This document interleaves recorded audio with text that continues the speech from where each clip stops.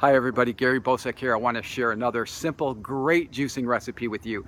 1/2 of an organic pineapple. Now, if you're more experienced at juicing, you can use a whole organic pineapple and 1 small chunk of ginger, maybe a nickel size up to a quarter, but don't overdo the ginger. It can overpower the drink. But ginger is awesome for your digestion. And of course, the pineapple is loaded with antioxidants. This is a powerhouse drink you're going to love.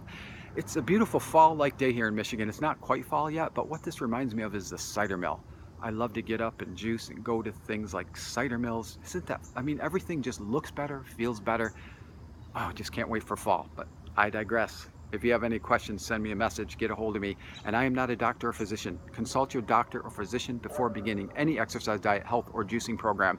I'm just telling you what has helped me lose over 100 pounds and feel great again. If I can do it, you can do it. Take your health back. Send me a message, get a hold of me.